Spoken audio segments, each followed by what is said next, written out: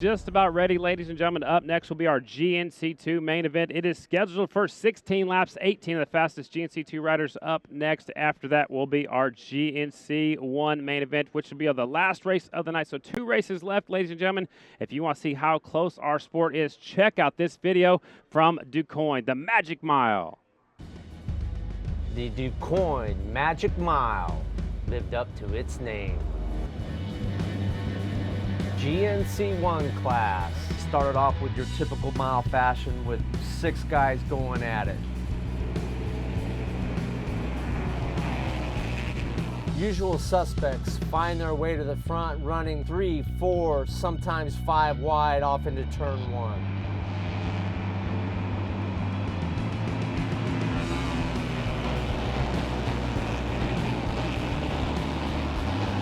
Five laps to go, Baker's engine expires on the factory Harley-Davidson.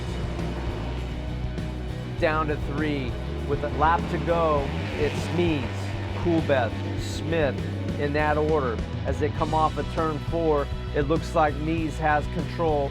Brian Smith pulls the rabbit out of the hat, coming from 3rd to 1st, and wins in the second closest Grand National finish in history, .0002.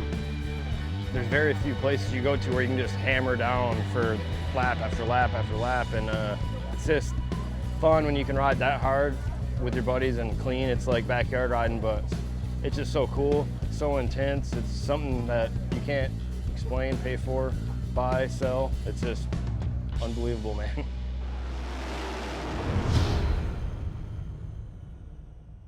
Check.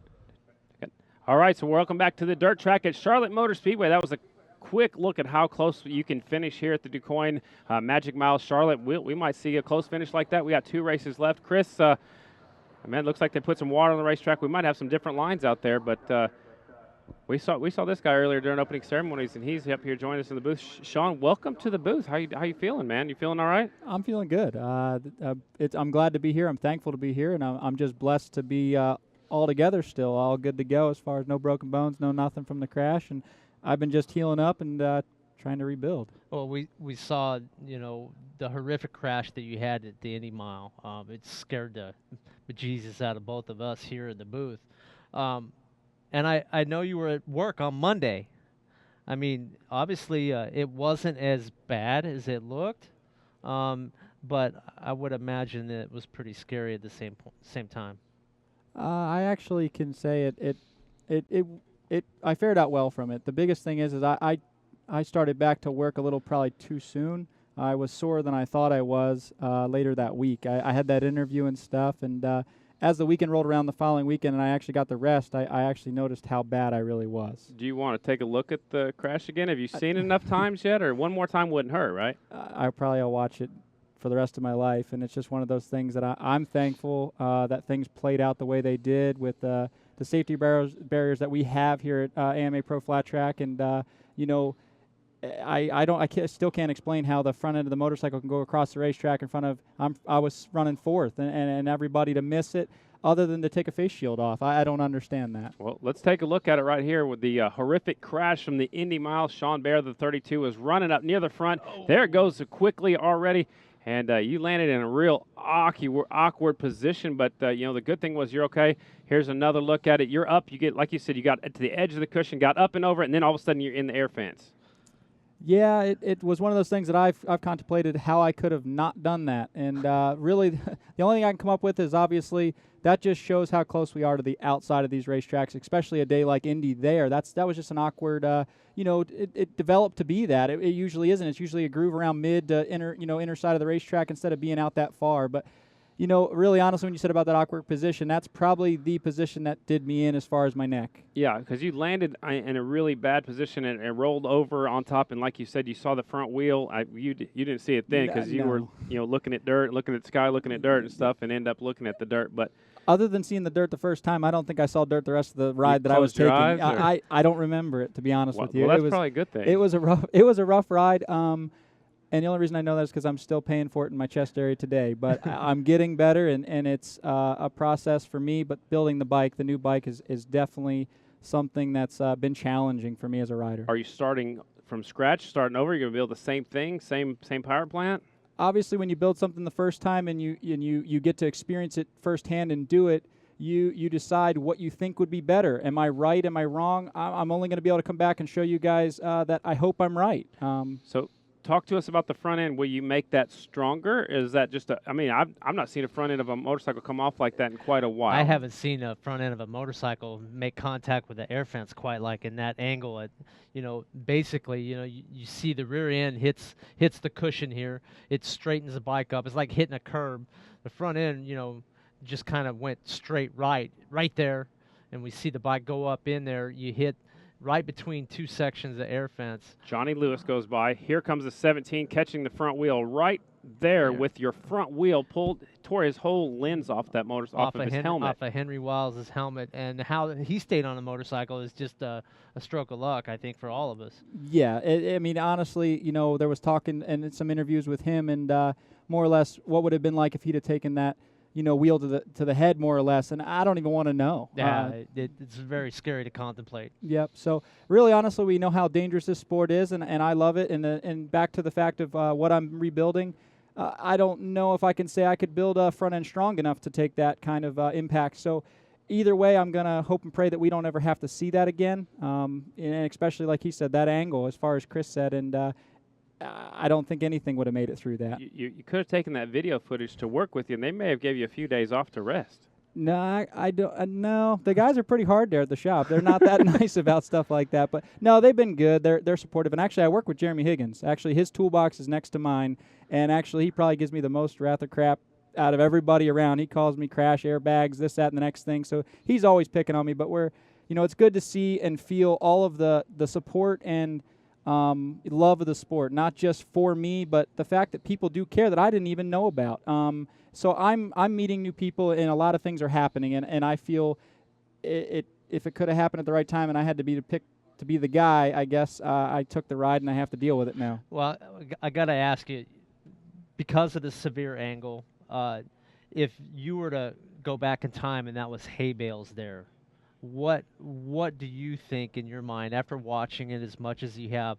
I know there are times where people debate whether the airbags are good or not. How do you think this may have turned out had they not been there? The bike itself would probably be in better shape, but everyone behind me would probably be collected in it that was towards the outside of the racetrack, because hay bales get drug in, explode, actually make vision way worse. So let alone the dirt that's going on right there in the video and everything else that's happening. Think about hay bales flying through the air at the same time as smoke, dirt, and everything else, and a motorcycle too. So really, it would have been better maybe in the aspect of hitting a hay bale for the motorcycle. My crash and myself, I probably would have been stopped somewhat the same, and my outcome might have been the same, but I think everyone behind me would have had a lot worse outcome, and I'm so happy that we have what we have today. Well, that's a great way of putting it. It's hard to determine what was right in that particular situation. They're not meant to go in at that angle. They're more for more steeper angles going into. That's what they're there for. But I shudder to think what it could have been, the other way. Well, Sean, sorry to interrupt, but we're going to take a short break. When we come back, we got the GNC2 main event coming up next. There's a look at the air fence, and then we'll go into our GNC1 main event. Sean Bear, we'll see him hopefully at Springfield in a week. So Sean Bear stopping by the booth. We appreciate it. Short break, ladies and gentlemen. We come back. GNC2 main event coming up. All right, ladies and gentlemen, it is now time for the GNC2 main event. We have 18 of the fastest GNC2 riders in the land. And they're going to come for the starting lineup will look like this, and they walk them out to the racetrack. They get to pick their starting spots on the line according to how they are being brought out here. So we'll bring the leader up here to the Trophy Girls. How are the Trophy Girls doing tonight? How are you ladies doing all right? Make some noise. All right, we're going to send out. Here comes your pole setter, ladies and gentlemen. This is your starting lineup for tonight's main event. On the pole is our current points leader from Warren, Oregon, the Racing Unlimited Parkinson Brothers Racing Kawasaki, 67M, Dashin Davis Fisher. Starting second from Salinas, California, on the Lombardi's Harley Davidson, Dan Daffner Harley Davidson from Salinas, California, the 30Z, Bronson Bauman. Third starter on the front row from Barrington, New Hampshire, the Miller Motorsports M2 Racing Kawasaki, 27U, Jamison Miner. Fourth starting spot from Pine Grove, Pennsylvania, S&J Cole, Roy Built Kawasaki, the 17A, Jordan Harris. Fifth pick on the front row from Bucyrus, Ohio, the Smith Racing J&F Construction Kawasaki, 24F, J.R. Addison. Last rider to make a starting spot on the front row. He comes to us from Salinas, California. It is the Kennedy Racing, Rod Lake Racing, Harley Davidson, the 11Z, Andrew Luker. And now we roam back to row number 2. Up next is our third generation racer. His dad won the GNC1 class last time we were here. He's from Moton, Pennsylvania. The Varnes Racing Roy Built Kawasaki 68A, Revan Ryan Varnes. Starting 8th from Canandaigua, New York, the KC Helmet World Bell Helmet Motorcycle Superstore Kawasaki, the 36B, the Flying Tomato Colby Carlisle. Starting 9th in the middle of row number 2 from Chesterfield, Virginia, the Rod Ayers Motorsports Kawasaki, the 16S, Tristan Avery. Starting 10th from Trenton, South Carolina, the KWS HKYO Kawasaki 43C, that's Lloyd Widener.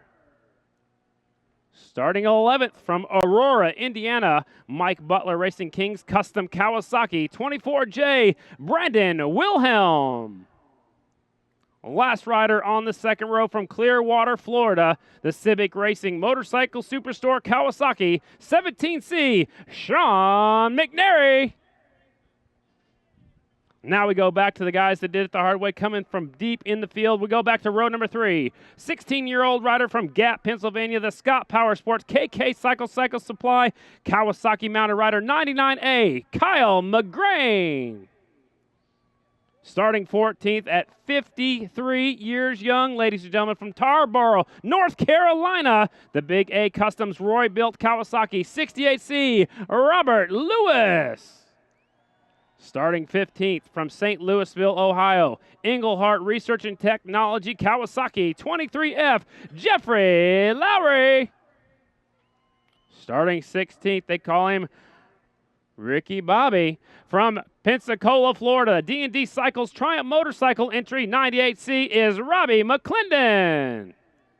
And starting 17th from Bangor, Pennsylvania, the Harvitt Racing Roy Built Kawasaki, that's 22A, Mitch Harvitt.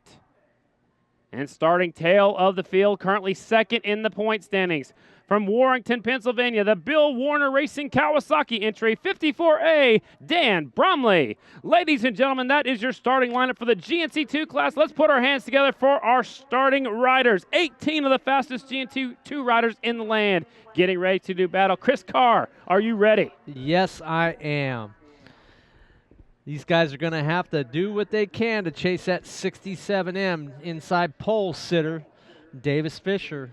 This kid's got about a 22-point lead, looking to pad it. All right, I believe Danny's caught up with our pole setter, Davis Fisher. Danny, are you ready? Well, she ran off. There she is. Danny. 67M, Davis Fisher, #1 qualifier down here. What's it going to take for you to pull off another win this season and a win here in Charlotte? Just got to get the start and stay consistent and put in some solid laps to see they put some water on it, so maybe make it more racy if I get in a little bit of trouble. There's a lot of GNC2 riders that want to chase down Davis Fisher. Back to you guys. Thanks a lot, Danny. That is our pole setter and current points leader. That's Davis Fisher. He'll have the pole. They're going to give him one lap to check out the racetrack. Chris, it's called a sighting lap. It's been a little while since these riders, for example, Davis Fisher was in our first heat race at 6:30. So it's been 2 hours since he's been on the racetrack. 2 hours, and they put a little bit of water down recently. You know, they were out on a fairly wet track in heat race #1. Most of these riders ran the early edition of it. We might see some of these riders that had to come in through the LCQ have a little bit of an advantage. They rode on a little bit of drier track. They put a little water, it looks like, up on the upper part of the racetrack. And I'm sure the GNC1 guys are going to be watching intently to see if the lines change. Absolutely. So they're going to send them loose one lap to check out the racetrack. Also, one of our Twitter followers said, hey, the high line, that's the Rusty Rogers line also. So that's pretty cool. They're going to send them around one lap to check it out. I believe Danny's caught up to Kevin Barnes, someone who knows this track very well. Danny, take it away.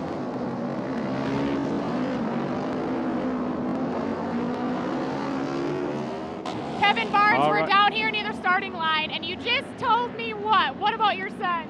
Ryan, the last time I won here in 2002, the last time we raced here, Ryan is starting in the same exact position where I started, the second row inside, so hopefully it works as good for him as it did for me. So should these guys expect what you encountered here, or is it a totally different racetrack? Yeah, it's quite a bit different from when I ran here. We had a pretty wet and tacky track and with multiple lines. I seen they put some moisture in the track here right before the main event, so hopefully it works out for the guys and gives them multiple racing lines. All right, thanks, Kevin. We're glad you're here. Scotty and Chris, let's go green. All right, that was the voice of Kevin Barnes, won the GNC1 class last time we were here back in 2002. GNC2 main event on the line. They're on big twins here tonight. Normally they run on singles, but they're on twin machines here. They're all lined up, 3 rows of 6, ladies and gentlemen. Our first main event is on the line. Fisher on the inside, Andrew Luker, the 11Z on the outside. Here we go, ladies and gentlemen, GNC2 main event. The 5-second board is in the air. They'll pull the bikes, they'll pull the clutches in, put them in gear. There goes our trophy girls from Harley-Davidson Motor Company and Vance & Hines. It is race time, main event style here at the dirt track in Charlotte Motor Speedway. Guys intently looking for the green light to flash. And it does. They are off. Some of the riders get off better than others into the first corner. Andrew Luker from the outside on the Harley, and Jamison Miner in second, and J.R. Addison right there in the third spot. Luker's going to lead him off at turn number 2 on the Harley-Davidson. Smooth out front, a bright green set of leathers in the second spot. I believe that's Jordan Harris, maybe. Jamison Miner there in second. 17, Sean McNary from the second row, second place, coming off a turn number 4 on the first lap. Great start from the second row, Sean McNary. But out front, Andrew Luker. He won Daytona earlier this season, ladies and gentlemen. He got the ride from Kennedy Racing to ride this beautiful XR 750 on his debut. He actually got into the air fence and went down. There's the battle for second on back. Look at Bromley, who started tailing the field. He's already up there at about 6th spot. Well, we saw some of these riders that rode the semis had a chance to look at a racetrack after it's been changed. The 67, Davis Fisher, not really moving forward at the moment. But he's done this before. Sometimes it takes him a few laps. He kind of gets used to the new track, and then he marches forward. But great run in second place there for Sean McNary. 27U, Jamison Miner battling for position, and Davis Fisher trying to split the difference. Wow, and here comes Miner. I thought he made a mistake. He actually dropped back a little bit, picked it right back up, and passes Sean McNary going in that corner. Bromley's coming through the pack, ladies and gentlemen. The 54A, also up there's the 30Z of Bronson Bauman, but they're holding up right now. Looks like they're holding up Davis Fisher, who's back there in the 3rd or 4th spot, depending on where they're at on the racetrack. Things are changing every instant on this track. And we see in the 5th place, up around the outside, the 30Z, Bronson Bauman, winner of one of the heat races, doing a good job, starting to make some running the same line that he did in his heat race. I'm hearing red flag coming out. Red flag's coming out. I don't know what for, but and there they all slow down. I don't see anything. Red flag is out. We have a rider down. Looks like the 32 of McRoberts. So one rider is down. You can see the crash bike over here. No, I'm not sure which turn that is actually. That is a Kawasaki down there. Oh, the 43C of Lloyd Widener is down. He's into the air fence over there on that outside of the corner. We have, I think, 2 riders down. So one rider did go down. One rider down. Sorry, that was in between turns 3 and 4. Lloyd Widener, the 43C, local rider, I believe from South Carolina, makes his way all the way up near the air fence there. Unfortunately, he is sitting up. He is talking with Steve Moorhead. I'm not sure that he's ready to get on his feet yet. Does have his helmet off. He's taking his leather jacket off right now. Again, when you hit the ground going to 120 miles an hour, whatever they might be going into the corners at, it definitely takes the wind away from me for sure. So looked like he did get up into the air fence, and the air fence did its job. Paramedics right there. Johnny on the spot again, checking out our down rider. As soon as we get some more information, we will let you know. So Andrew Lukers has the lead right now. Jamison Miner was scored in second last time by the start-finish line. Davis Fisher's up to third. Keep your eyes on the 30Z, Bronson Bauman, who started deep in the field, or started off the starting line deep in the field. He was scheduled to start second. Ladies and gentlemen, he's on his feet. Let's put our hands together for the 43C, Lloyd Widener from Trenton, South Carolina. KWS HKYO, Marion Seal, some of the sponsors on his machine. as the crew will now go to work on the air fence. Now they got the rider taken care of. Now we get the priorities of the air fence. As soon as that track's ready to go, ladies and gentlemen, we turn them back loose. So Widener's going to get a ride back to the pit area. Danny Medine, I believe, is caught up with him. Danny, go ahead. All right, thanks you guys. Hard to get off. Can you kind of take us through what happened? I got up here in the dry stuff and just lost the back end and locked the back end up, and it tossed me. Are you feeling okay? Yeah, I'm a little sore. Ripped my leathers. Flat track isn't easy, you guys. Can we make some noise, please, for Lloyd? Scotty and Chris, back to you guys. We appreciate it. So Lloyd, Widener getting off over there in turns 3 and 4. They said that the bike's already been pushed off of the racetrack. So I believe if your bike leaves the racetrack, you're done. Is that right? You're done unless you got a spare sitting there. And they can only do that if it's 5 laps or less. So we'll see if Widener is done for the night. But we're going to have our first staggered start, Chris Carr. We haven't had one yet tonight. Yeah, first most incidences so far have been early on first laps. This is the first time we've had one part way through, so they'll do an echelon style start. The leader, Andrew Luker, will choose inside or outside, and they'll work in kind of a diagonal line, one bike link back and one bike width over. For 6 riders, and then work their way back the other direction. So Widener's getting a ride all the way back to the pit area. So his night ended early. Tough break for that South Carolina rider. On the point, looks like Andrew Luker has chosen the inside of the front row. That's the Andrew Luker, the 11Z. That's the Kennedy Racing Harley Davidson. It's a beautiful motorcycle. Have you had a chance to check that out, Chris? It is a beautiful motorcycle, and this is kind of interesting. You know, he hole shot the race from the outside earlier, so I'm a little surprised by this choice. But you know, I guess if you're down on the inside, if they want to go around you, make them go the long way. Well, starting second will be the 27U Jamison Miner. Sean McNary's shown up there in the 3rd spot. He's been up there most of this main event. We'll see if he can finish and get up there on the podium for the first time in his career. I believe Danny Medine's caught up with our leader. Danny? All right, thanks you guys. I have the 11Z of Andrew Luker. Last time we seen you up front was in Daytona. It's been a long time. What's changed? You know, I put my head down today. We got a good starting spot in the heat race. We're able to finish 3rd, got a front row start. Jerry Kennedy put me on this awesome bike, and that was my 34th time trying to ride this thing, finally getting it figured out. So what's so cool about Charlotte? About what? Charlotte. What's so cool about being here? You know, it's the whole atmosphere. You know, we got $1 million race teams that are right down the street. You know, it's crazy. I can hear them screaming, you know. It's awesome that you guys are out here supporting us, and we really need that. Awesome. Good luck to you and Miguel Green. Scotty and Chris, back to you. So Andrew Luker's on the point.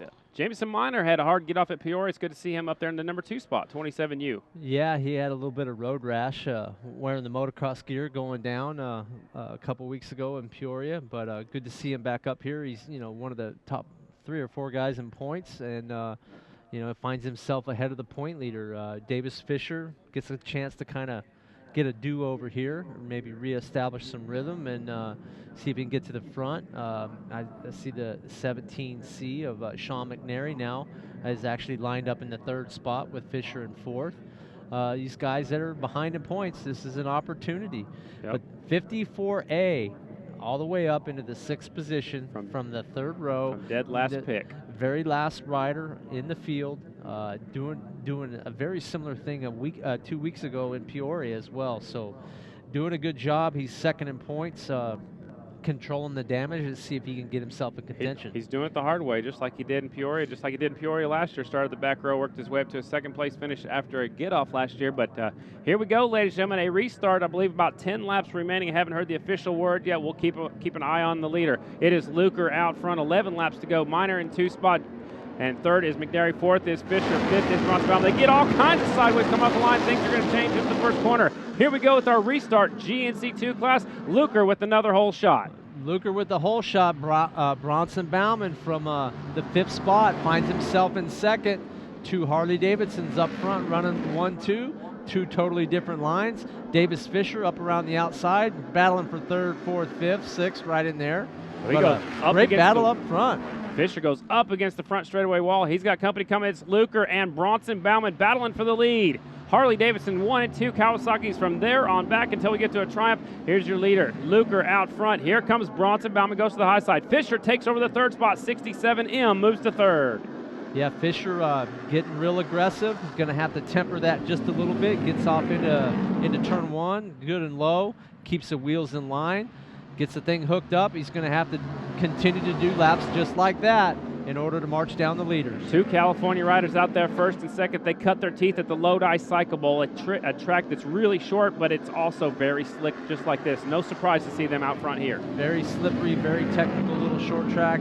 As we see Luker go up to the high line along with Bauman. Fisher parks it down around the bottom, runs it in deep down low. Let's see if you can get it turned through the middle, get that thing rolled on, get it pointed and turned, and get some acceleration. But he's kind of going up through the middle of the blue on the exit of the corners. Gets him a good angle of attack going into 1. He's fighting for second. Bronson Bauman, your leader. All this happening behind the 30Z. That's Dan Daffner's Harley-Davidson, Lombardi's Harley-Davidson sponsor on that machine. Here comes Fisher up the inside. He goes back to the bottom. And here comes Revin Ryan Barnes up there to the 4th spot. Up on the outside, third generation, trying to follow in his father's footsteps. A winner here in 2002. We have Ryan Barnes battling for position on a high line. Luker made makes a mistake. Coming off a 2. Ryan Barnes going to see if he can run it up the inside. So it's still Bronson Bauman out front, Davis Fisher in the inside for second, Luker's on the outside, Barnes right there in the middle. 3 different lines for second, third, and fourth. Great run by Luker Bauman up front, about a half a second lead that time by. Luker trying to hold off the advances of Davis Fisher and Ryan Barnes. They run 3 abreast coming off of turn 4. What do you do here, Chris? I mean, it's a battle for second place. What do you do if you're any of those riders? I mean, you don't want to follow anybody. You don't want to follow anybody, but you also don't want to give up position. So, I mean, if anything, this little battle is allowing Bauman out front to get away, inching away a little bit more every lap. If I'm not mistaken, Bauman's looking for his first ever GNC2 win. Is that right? I believe it is, as Luker and Fisher go side by side up against the concrete wall. Fisher moves to the outside. Barnes goes to the bottom, inside. drifts up the racetrack. Low line didn't work. This is the battle for second, third, and fourth. Who's going to get on a podium and who's not? 3 laps to go as they go across the start-finish line here in the GNC2 main event. Fisher now securely in the number 2 spot. Let's see, with 3 laps to go, if he can make some hay on our leader. Looks like he gains a little bit that time by with 2 laps to go. Davis Fisher, point leader, doing damage control. Bronson Bauman, your leader's looking for his first GNC2 win. I know it's going to be the first one on a twin for sure. Here they come. It's the podium finishers right now running out front. White flags in the air for Bronson Bauman, Davis Fisher, and Revin Ryan Barnes. Andrew Luker, our early leader, back there in the 4th spot, trying to get back on the podium. Down the back straightaway for the final time here at the dirt track at Charlotte Motor Speedway. Into turn number 3 they go, off of 4. Here comes your winner off of 4. It's going to be Brombo. Bronson Bauman's going to hang on to the win. Look at Fisher letting it all hang out. He wants that win, but takes home the 2nd spot. 3rd, it'll be Ryan Barnes. 4th is Andrew Luker. We'll give you the rundown as soon as the rest of the bikes get across the start-finish line.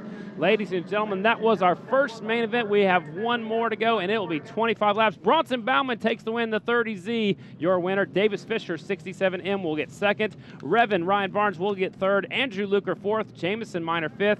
24J Brandon Wilhelm, 6th. Tristan Avery, 7th. Sean McNary was up front for a while. Finishes in the 8th spot. J.R. Addison 9th. Colby Carlisle rounds out the top 10. Jordan Harris 11th. Jeffrey Lowry 12th. Kyle McGrain 13th. Robert Lewis, the youngster back there, in 14th. Rob McClendon 15th. Dan Bromley scored 16th. And there is Dan Daffner. They call him Daffy. He's going to get the victory lap. That's his motorcycle.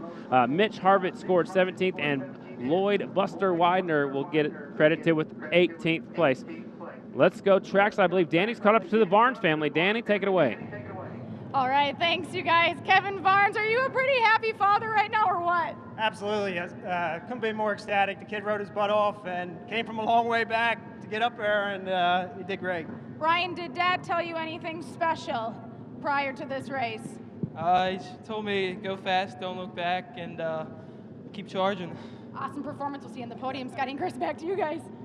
Thanks a lot, Danny. So Barnes gets, Kevin takes the win here in 2002. Ryan comes up in the 3rd spot here in the GNC2 class. Again, congratulations to Dan Daffner. Bronson Bauman, I'm pretty sure that's his first GNC2 win. He's going to be super excited when he gets up on the podium.